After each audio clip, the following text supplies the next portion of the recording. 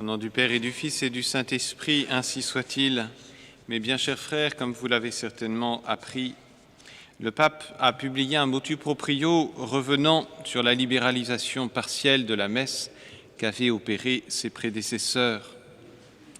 Naturellement, il est douloureux de voir un pape traiter avec autant de dédain et de dureté le cœur même de notre sainte religion et les prêtres et fidèles qui la célèbrent ou y assistent. Et nous pensons avec peine tout particulièrement à ces prêtres isolés qui commençaient à s'intéresser à cette messe, à la célébrer, à progressivement en comprendre la richesse non seulement liturgique, mais surtout doctrinale et spirituelle. Et voilà que la liberté, même réduite, qui leur était accordée, vole en éclats. C'est une leçon de choses et c'est une leçon de doctrine tout d'abord. On peut reprocher beaucoup de choses à ce motu proprio. On n'en fera pas une lecture et un commentaire exhaustif, mais on ne pourra pas lui reprocher une cohérence de fond, car de manière brutale et juste, ce document rappelle trois choses. Tout d'abord, la nouvelle messe est intimement liée au concile et à ses erreurs. Deuxièmement, la messe traditionnelle est en rupture par rapport à ce concile et à ses idées.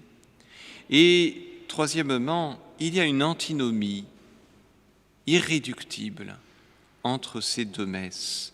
Car cette liturgie nouvelle propage les erreurs modernes et celui qui y participe en prend, malgré qu'il en ait, l'odeur, si l'on peut dire, l'esprit, la mentalité. Cette messe moderne exprime l'esprit naturaliste de ce monde. On y a supprimé de nombreux rappels du péché de l'homme, de la nécessité de la pénitence, du combat spirituel et surtout du sacrifice. Cette messe nouvelle, dite messe de Paul VI, à juste titre, diffuse l'humanisme contemporain. Vous voyez, dans cette liturgie, et c'est une des choses qui a frappé le plus rapidement les contemporains, le prêtre est tourné vers l'homme. Et il parle la langue, non pas la langue sacrée réservée au culte, mais la langue vernaculaire, celle de la langue de tous les jours qu'on utilise dans la vie quotidienne pour parler aux hommes.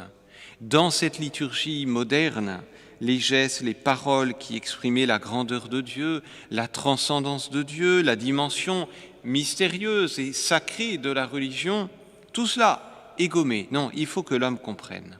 On s'adresse à l'homme. Et il est donc inutile de rappeler à l'homme que Dieu le dépasse infiniment.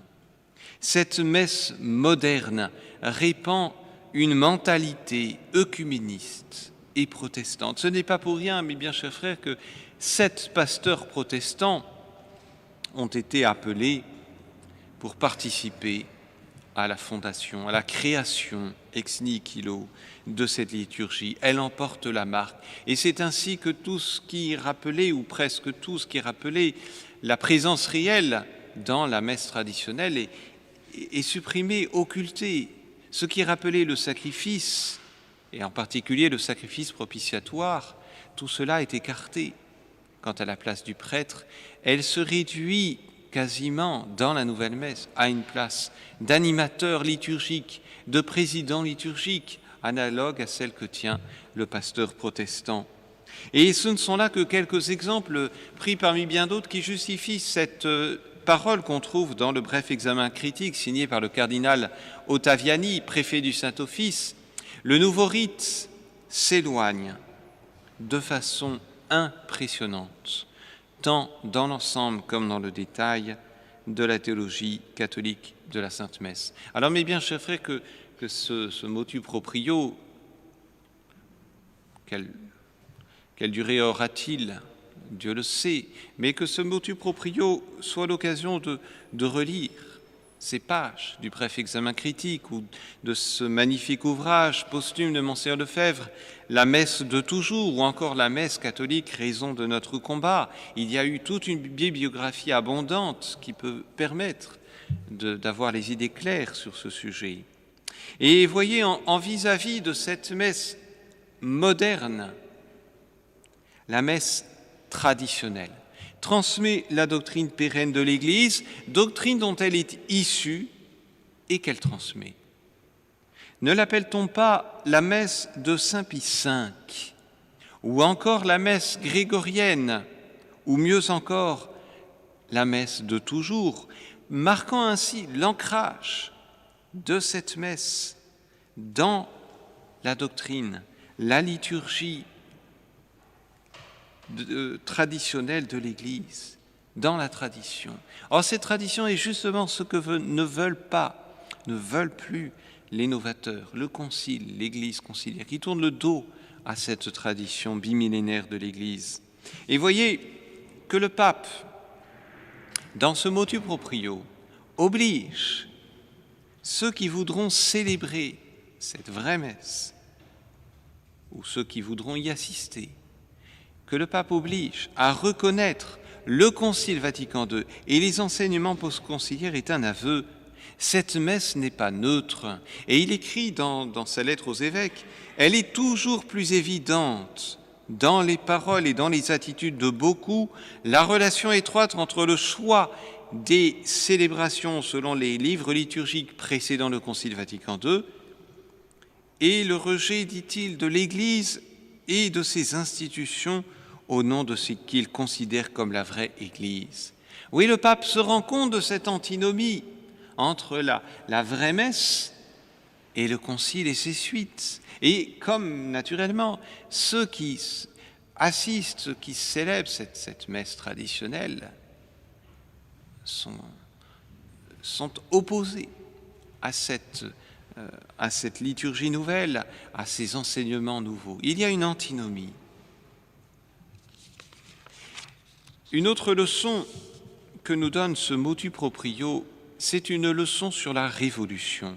Cette révolution à l'œuvre, on le voit bien, dans la cité et dans l'Église. Révolution qui s'attelle à détruire l'ordre naturel et l'ordre surnaturel. Eh bien, voyez, mes bien chers frères, ce motu proprio rappelle que, quels que soient les gages que l'on apporte à la révolution, celle-ci n'est jamais satisfaite. Ceux qui pensent pouvoir collaborer avec elle sont malheureusement poussés à accepter ce qui leur répugnait, à professer ce qu'ils rejetaient, à agir à l'opposé de leurs principes initiaux. Et malgré ça, la révolution en veut toujours plus.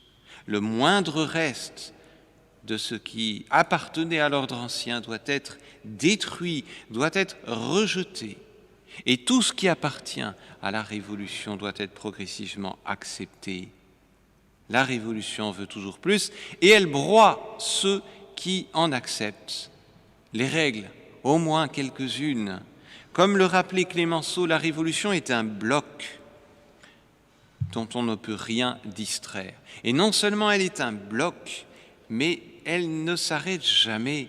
Elle poursuit toujours son chemin. Là encore, mes bien chers frères, malheureusement, ce qui se passe dans la cité et ce qui se passe dans l'Église sous la direction du pape actuel en est une illustration tragique. Alors beaucoup se demandent pourquoi le bon Dieu permet cela. Oh, dans sa sagesse éternelle, Dieu agit pour le mieux. Et les raisons qui le gouvernent, si l'on peut dire, nous dépassent infiniment. Mais il y a déjà là une leçon qui affleure. L'année dernière, rappelez-vous, mes bien chers frères, l'État s'en prenait à la messe. Aujourd'hui, c'est le pape. Après la dimitude sanitaire, la dimitude ecclésiastique. Sans doute y a-t-il ici des progrès du mystère d'iniquité. Plus les derniers temps s'approchent, plus l'ennemi s'acharne contre le cœur de notre sainte religion. Mais il y a surtout pour nous une invitation de la Providence à mieux connaître cette sainte messe de toujours, à la faire connaître, à mieux la suivre, à mieux en vivre, à mieux en imiter les vertus. Comme le rappelait notre supérieur général dernièrement, cette messe, elle a fait la chrétienté. elle a fait la cité des saints.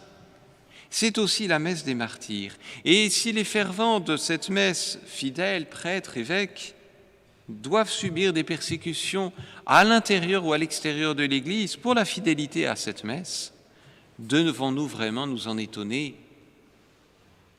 Pour être moins indignes de ce cadeau inestimable du ciel, ne devons-nous pas prendre une part de ce sacrifice qui se renouvelle à l'autel et dont on participe?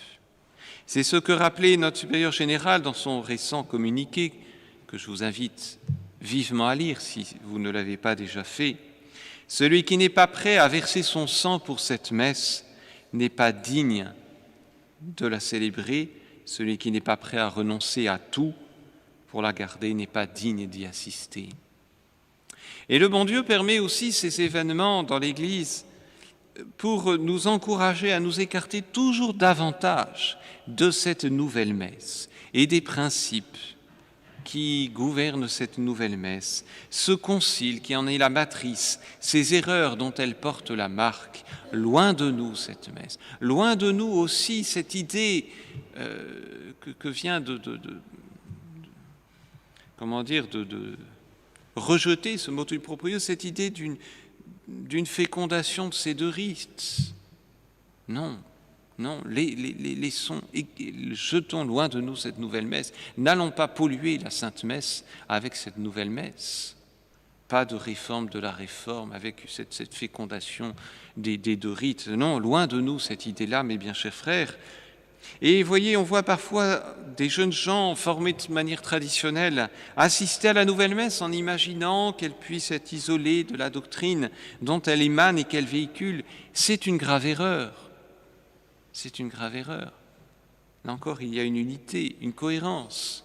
Alors que l'été, qui est propice au déplacement, ne soit pas l'occasion pour nous, mes bien chers frères, pour vous, disons, d'y assister. Et que cette lutte qui se déroule entre les deux cités, entre les deux messes, nous encourage à nous montrer généreux pour assister à la vraie messe. Vraie messe, bien sûr, jointe à la vraie doctrine. Et pour terminer, je voudrais vous rappeler ces fortes paroles du Père Calmel dans sa déclaration célèbre parce qu'elle fut la première contre la nouvelle messe, fut le premier prêtre à s'engager publiquement à ne pas célébrer ce nouveau rite. Et voilà ce qu'il rappelait, ce qu'il écrivait. « Je refuse donc l'ordomicée de Paul VI. Pourquoi ? Parce qu'en réalité, cet ordomicée n'existe pas. Ce qui existe, c'est une révolution liturgique universelle et permanente. » Et plus loin, « Je reconnais sans hésiter l'autorité du Saint-Père.